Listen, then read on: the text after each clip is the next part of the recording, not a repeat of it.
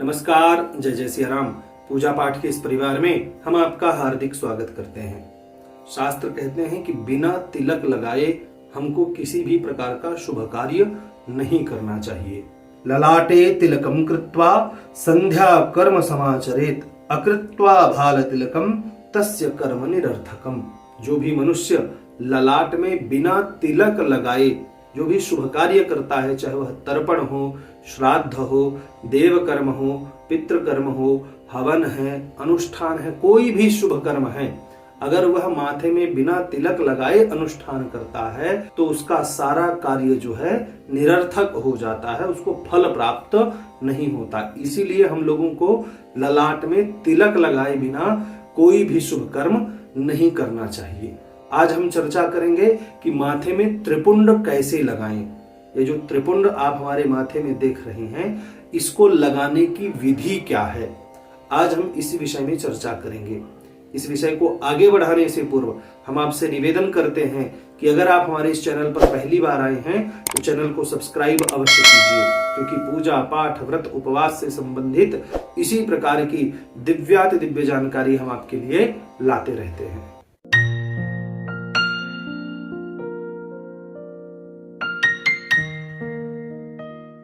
त्रिपुंड लगाने के लिए सबसे पहले हमको क्या करना है कि जो हमारी विभूति है, भस्म है, इसको अपने बाएं हथेली में रख लेना है। हमने जो है थोड़ी सी मात्रा में विभूति निकाल ली। अब इसमें क्या है, गंगा जल अथवा जो है शुद्ध जल मिला देना है। ये देखिए, हमें अपने अनुसार जल कितना मिलाना है इसका आंकलन जो है आपको स्वयं करना होगा। तो हमने अपने अनुसार जो है भस्म में जल मिला लिया। जल मिलाने के पश्चात इसको अभिमंत्रित करना होता है, ऐसे ही नहीं कि बस उठाया और भस्म लगा लिया ना। सबसे पहले इसको अभिमंत्रित करना है। तो इसके मंत्र हैं, उन मंत्रों का उच्चारण करना चाहिए। अगर आपको मंत्र नहीं याद है तो आप जो है 5 बार ओम नमः शिवाय बोल करके भी इस भस्म को, इस विभूति को अभिमंत्रित कर सकते हैं। बाएं हाथ में विभूति रख करके दाहिने हाथ से इसको ढक लेना है और मंत्र बोलना है। मंत्र बोलने के पश्चात अपने हाथ में जो है भस्म को अच्छे से मिला लेना है। यहाँ 2 प्रकार की विधि शास्त्रों में बताई गई है। पहली विधि है जिसमें आपको जो है 2 उंगली का प्रयोग करना है, मध्यमा और अनामिका। मध्यमा और अनामिका के माध्यम से आपको भस्म लगाना है। और दूसरी विधि है जिसमें आपको 3 उंगली का प्रयोग करना है, प्रथमा जिसे हम तर्जनी कहते हैं, फिर मध्यमा और अनामिका। तो इन 3 उंगलियों का भी प्रयोग किया जा सकता है त्रिपुंड लगाने के लिए, और 2 उंगलियों का भी प्रयोग किया जा सकता है। तो अगर किसी को आप 3 उंगली से भस्म लगाते, त्रिपुंड लगाते देख रहे हैं तो आश्चर्यचकित होने की आवश्यकता नहीं है। पहले हम जानते हैं कि 2 उंगली के माध्यम से भस्म कैसे लगाते हैं, त्रिपुंड कैसे लगाते हैं। तो सबसे पहले जो है हमको अपने अंगूठे में भी जो है विभूति लगा लेनी है। हम थोड़ा शीशा ले लेते हैं। ये देखिए, हमने जो है अपने अंगूठे में भी विभूति लगा ली, भस्म लगा ली है, और 2 उंगलियों में, मध्यमा में, अनामिका में भी लगा ली है। लगाना कैसे है, सबसे पहले आपको जो है ये ऐसा लगाना है। पहले जो है थोड़ा सा ऊपर की ओर ले जाना है, इसको ऊर्ध्वपुंड्र बोलते हैं। तो हमको जो है सबसे पहले अंगूठे के माध्यम से इस तरह से ऊर्ध्वपुंड्र लगा लेना है बीच में से, ठीक है। और इसके पश्चात जो है हमने ये 2 उंगली में, अनामिका और मध्यमा में भस्म लगा लिया है, विभूति लगा ली है। अब इसको हमें क्या करना है, अपने बाएं तरफ से लेकर के दाएं तरफ में आना है। लगाकर देखते हैं। ओम नमः शिवाय, ओम नमः शिवाय, ओम नमः शिवाय। ये देखिए, इस तरह से जो है हमने त्रिपुंड धारण कर लिया है। तो ये हो गया। अब इसके बाद यहां समाप्त नहीं हो जाता है, इसके पश्चात जो है हमको अंगूठे के माध्यम से उल्टा भी लाना होता है। ये हो गया अनुलोम और ये हो गया प्रतिलोम। तो अनुलोम और प्रतिलोम दोनों का विधान बताया गया है। तो हम जब 2 उंगली से लगाते हैं तो सबसे पहले जो है हमको ऊर्ध्वपुंड्र लगाना है, उसके बाद 2 उंगली से लेकर के हमको जो है अपनी भौहें से आरंभ करना है। ये जो हमारी भौहें दिख रही हैं यहां से आरंभ करना है 2 उंगली के माध्यम से, और उसको लेके आना है कहां तक, हमारी दूसरे भौहें तक, यहां तक हमको लगाना है। फिर जो है हम अंगूठे में फिर से भस्म लगा करके जो बीच की रेखा है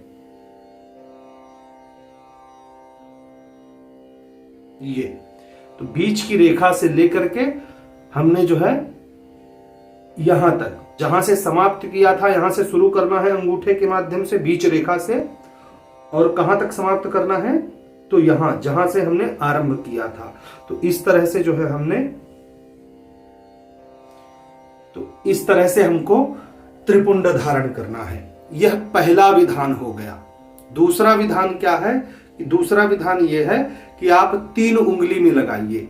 अभी हम इसके ऊपर से ही लगा देंगे क्योंकि हम आपको दिखाने के लिए लगा रहे हैं, तो इसलिए जो है हम उसके ऊपर से ही लगा देंगे। करना क्या है, आपको 3 उंगली में आपको विभूति लगानी और उसी तरह यहां भौहों से आरंभ करना है और यहां तक लगाना है। तो बाईं तरफ से दाहिने तरफ की ओर जाना है।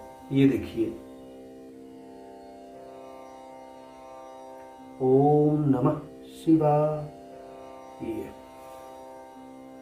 इस तरह से जो है आपको त्रिपुंड लगाना चाहिए, भस्म लगाना चाहिए, विभूति लगाना चाहिए। भ्रुवोर मध्यम समारभ्य यावदन्तो भवेत् भ्रुवो तावत् प्रमाणम संधार्यम ललाटे च त्रिपुंड्रकम।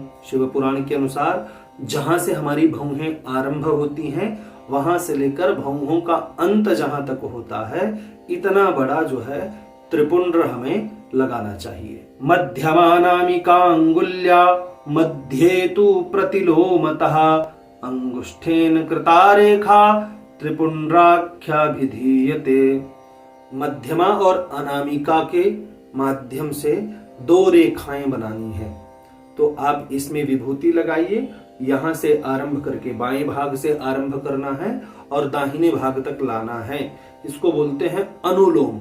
अंगुष्ठ के माध्यम से प्रतिलोम, जो अभी आपने पहले देख लिया, तो वही प्रतिलोम हो जाता है। तो इस तरह से आपको त्रिपुंड लगाना चाहिए। मध्येंगुलिभिरादाय त्रिस्रिभिर्भस्म यत्नतः त्रिपुंड्रं धारयेत् भक्त्या भुक्ति मुक्ति प्रदम परम। आप जो है मध्य की 3 उंगलियों से, अर्थात प्रथमा जिसे हम तर्जनी कहते हैं, तो तर्जनी, मध्यमा और अनामिका के माध्यम से भी जो है आप त्रिपुंड धारण कर सकते हैं। त्रिपुंड लगाते समय एक बात का आपको और ध्यान रखना है कि अगर आप सुबह त्रिपुंड लगा रहे हैं तो आप भस्म में जल मिलाइए। अगर आप दोपहर में लगा रहे हैं तब आप उसमें चंदन मिला सकते हैं। चंदन का पाउडर है, अष्टगंध का पाउडर है, केसर है, यह आप मिला सकते हैं।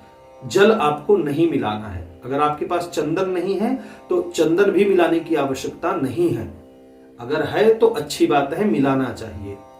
और सायं को भी अगर आप भस्म लगा रहे हैं तब भी आपको जल नहीं लगाना है, निर्जल भस्म ही लगाना है।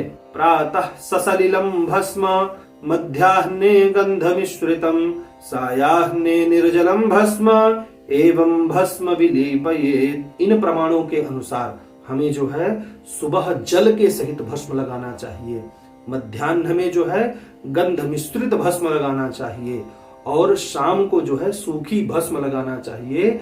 सूखी भस्म का प्रयोग त्रिपुंड के लिए करना चाहिए।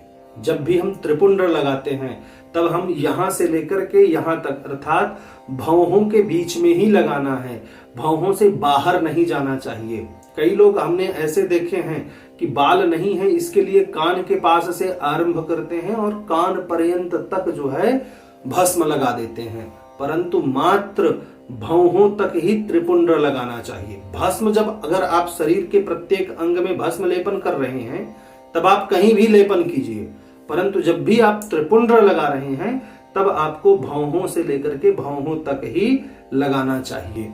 न बहुत बड़ा होना चाहिए, न बहुत छोटा होना चाहिए। अति स्वल्पमनायुष्य मति दीर्घं तपः क्षयम्, अर्थात अगर हम अति स्वल्प लगाते हैं, केवल थोड़ा सा भस्म लगा लेते हैं, तब जो है वह हमारी आयु का हरण करता है। और अगर हम बहुत बड़ा त्रिपुंड लगाते हैं तब वह जो है हमारे तप का, पुण्य का क्षय करता है। इसलिए शास्त्र के अनुसार बताया हुआ ही हमको जो है त्रिपुंड धारण करना चाहिए। जो हम विधि विधान से त्रिपुंड लगाते हैं गले में, भुजा में, मणिबंध में, कोहनी में, उदर में, हृदय में, इन सब जगह लगाने की विधि अगर आप जानना चाहते हैं तो आपको थोड़ी सी प्रतीक्षा करनी होगी। हम शीघ्र ही संध्या वंदन का वीडियो लेकर आने वाले हैं। उसमें हम आपको विधि पूर्वक प्रत्येक अंगों में किस प्रकार से भस्म लगाई जानी चाहिए यह हम आपको बताएंगे। आशा करते हैं त्रिपुंड लगाने से संबंधित यह जानकारी आपको पसंद आई होगी। वीडियो पसंद आने पर वीडियो को लाइक करें। चैनल को सब्सक्राइब नहीं किया है तो चैनल को सब्सक्राइब अवश्य करें। अगर इस वीडियो से संबंधित आपके मन में किसी भी प्रकार का प्रश्न है, शंका है अथवा कोई सुझाव है तो नीचे कमेंट बॉक्स के माध्यम से आप हमें अवश्य बताएं। यह वीडियो देखने के लिए आपका बहुत बहुत धन्यवाद।